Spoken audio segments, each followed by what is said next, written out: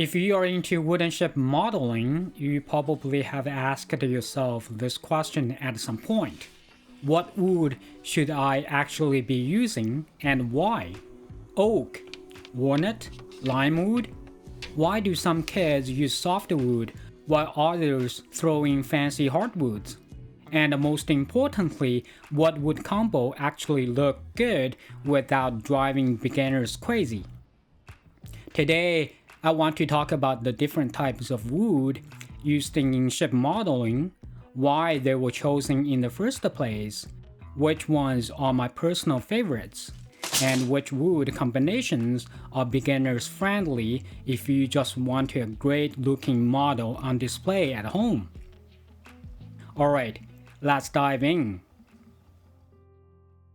Before we talk about model ship woods, it really helps to understand what kind of wood were used on real wooden sailing ships and warships back in the day, because a lot of our modeling choices actually come from real ship building traditions. On real ships, builders didn't just pick wood because it looked nice. They picked it based on strength, weight, durability, and where it was used on the ship. The main types of wood used were oak. This was the big one. Oak was commonly used for hull frames, keels, planking, and gun decks. It stands extremely strong and very resistant to rot. It's also heavy and grows in natural curves, which made it perfect for strong structural parts like frames. Pine or fir, mostly used for masts, spars, and sometimes deck planking. These woods are lighter, straighter grained, and more flexible. And obviously, the higher you go on a ship, the less weight you want up there. Elm, often used for underwater parts, like keelson and pump wheels. Elm actually holds up very well when constantly wet and doesn't rot easily when submerged, which made it ideal below the waterline. Cedar, used for some planking and especially interior areas, is lightweight, rot-resistant, smells great, and is pleasant to work with, even back then. And finally, other high-quality hardwoods were used for decorative elements, both inside and outside the ship, where appearance matters just as much as strength. So as you can see, when it comes to real ships, choosing wood was all about strength, weight, and resistance to rot. And of course, there was another big factor, what the shipwrights could actually get their hands on, locally and affordably back in the day. But once we move from real ships to ship models, especially Royal Navy Admiralty models, the rules completely change. These models were meant to sail. They weren't even meant to touch much. They had one job to do. Admiralty models had to clearly show the hull lines, display flawless planking, stay stable for decades, even centuries, and most importantly, look impressive sitting on an admiral's desk. So that brings us the big question: what wood did they actually use? The most important wood of all was boxwood. Boxwood was everywhere: hull planking, frames, carvings, and all the tiny fine details. And there is a very good reason for that. Boxwood has an insanely tight grain, almost no visible pores, super clean, sharp cuts, and it holds a ridiculous amount of detail. That's why most Admiralty models have that pale yellow, buttery smooth look. If a model looks almost surgically perfect, chances are it's boxwood. Another commonly used wood was pearwood. Professional model builders often use the pearwood for hall planking, sometimes instead of boxwood, deck furniture, decorative areas. Pearwood has a very fine grain, a warm pinkish brown tone, and is more stable and slightly easier to work than boxwood. And here is the key thing.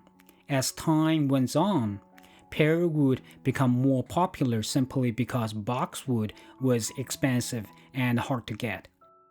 Other fruit woods like apple, cherry, and plum were also used, especially for internal structures, secondary planking, and small fittings.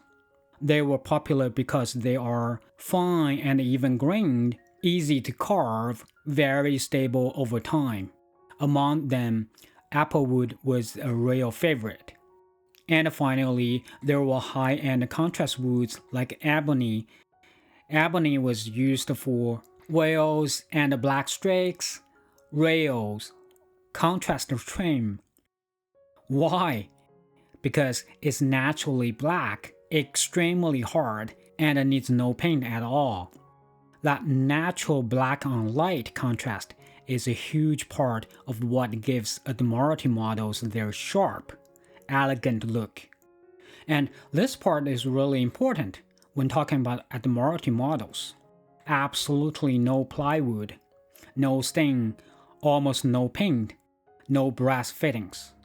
So in general, professional builders chose extremely stable, fine-grained hardwoods for the main structure of Admiralty ship models, and high-end hardwoods for decorative areas, rails, and interior details. Softwoods were almost never used. Cost didn't matter, accessibility didn't matter, and the level of woodworking skill required, that definitely didn't matter. These models were built to be perfect, to last for generations, and to show the ship in its purest form, where every plank line, every curve, and every detail came straight from the wood itself. And that's exactly why Admiralty models look the way they do.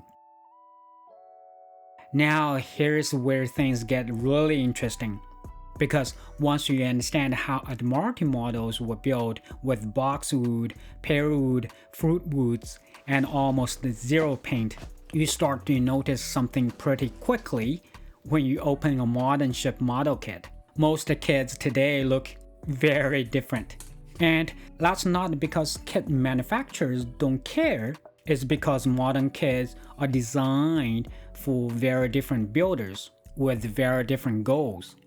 Admiralty models were built by professional craftsmen using premium woods, unlimited time, and no concern for cost. Modern kits, on the other hand, are made to be affordable, repeatable, easier to build, and accessible to hobbyists at home. So instead of boxwood and pearwood, most modern kits use woods like balsa, limewood, walnut, birch, MDF, or plywood. So if these woods are wrong, they're just practical. The next obvious question is, what are the pros and cons of most commonly used woods in modern kits? And more importantly, which combinations actually work best? Let's quickly go through them one by one, and I will also point out how I like to use them. Alright, now we're getting technical. Let's break down the most common woods you will see in modern ship model kits, what they're actually good for, and where they fall short. Balsa is probably the most misunderstood. It's extremely soft, very lightweight, and incredibly easy to cut and sand. That makes it great for beginners, test pieces, and hole fillers in plank on bulkhead kits. You shape it quickly, then plank right over it with the proper finish wood like a limewood or walnut. But balsa is way too soft for visible parts. It dents with the fingernail, wouldn't hold sharp edges, doesn't carve cleanly, and doesn't age well. It's a two wood, never a finish wood. Limewood, also called basswood, is one of the most common woods in kids, and for good reason. It's soft, easy to cut, easy to sand, and very forgiving, which makes it perfect for beginners. The grain is fine and almost invisible at scale, so it looks good painted or left natural. It's excellent for first planking, carvings, and general structural work. The downside is that it's still relatively soft, so it can dent if mishandled, and it needs sealing if it's going to stay visible. Walnut shows up a lot for visible planking and trim. It looks great straight out of the box, has a rich dark color, and gives that classic ship look with no staining. It's harder and more durable than limewood, so it holds edges better and ages nicely. But it also lasts forgiving. It's harder to cut, mistakes shows more clearly, and the grain can look a bit busy on small scale planking if you are not careful. Birch is usually used where strength and stability matter. You will see it in bulkheads, false keels, and structural parts. It's strong, stable, cheap, and glues very well. Visually though, is plain and not historically accurate for display parts, so it's almost always hidden or covered. And yes, sometimes you will even see MDF or plywood, not historically at all, but flat, consistent, and perfect for laser cut parts. It's great for internal structures and need to stay straight and accurate. Lassade, it has no grain, looks dead if exposed, and MDF in particular hates moisture, so it should never be used for visible or finished areas. So to wrap this up, here is a quick comparison table of the most commonly used wood in modern ship model kits. The ones you will be working with before jumping into premium woods like boxwood or pearwood. Feel free to pause the video here if you want to save this for later.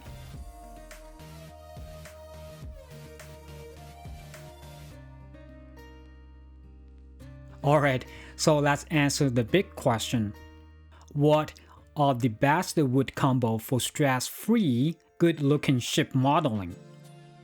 For me, the answer is simple: limewood plus walnut. This combo forgives beginners' mistakes, needs no power tools, ages really well, and looks surprisingly expensive on the shelf. Limewood does the heavy lifting. It's incredibly easy to cut, sand, and bend by hand, which makes it perfect for hull shaping and planking.